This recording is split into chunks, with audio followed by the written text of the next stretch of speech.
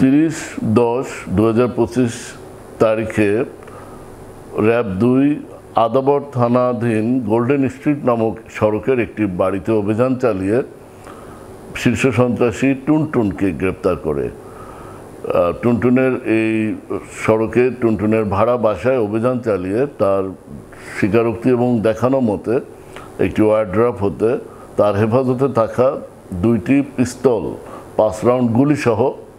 উদ্ধার করা হয় এবং সে দীর্ঘদিন ধরে মাদক এবং অস্ত্র ব্যবসার সাথে জড়িত বলে সে স্বীকার করে এবং তার হেফাজত হতে 5,61,000 টাকা মাদক বিক্রয় টাকা উদ্ধার করা হয়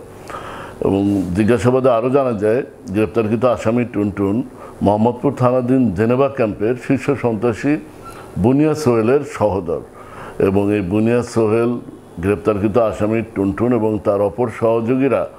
দীর্ঘদিন এই জেনেভা ক্যাম্প কেন্দ্রিক মাদক ব্যবসা, অস্ত্র এবং অন্যান্য সন্ত্রাসী কার্যকলাপের সাথে জড়িত এবং